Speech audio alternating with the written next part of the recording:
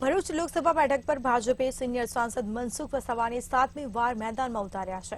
પ્રથમવાર ભરૂચ બેઠક પર આ વખતે વસાવા વર્સિસ વસાવા વચ્ચે જંગ જામશે, કેમ કે અત્યાર સુધી સાંસદ મનસુખ વસાવા સામે સામાન્ય અને મુસ્લિમ સમાજનો ઉમેદવાર રહેતા હતા, પરંતુ કોંગ્રેસ અને આપના ઉમેદવાર ચૈતર વસાવા હોય અને આ વખતે આદિવાસી સમાજના બંને નેતાઓ વચ્ચે ટક્કર જામશે। ત્યારે મનસુખ વસાવાની ટિકિટ જાહેર થતાં જ લોકોના ટોળેટોળા તેમને વધામણા કરવા માટે ઘરે પહોંચ્યા હતા અને તેમના પત્ની સરસ્વતીબેન ટિકિટ જાહેર થતાં જ લાપસી બનાવી અને મોઢું મીઠું કરાવ્યું હતું।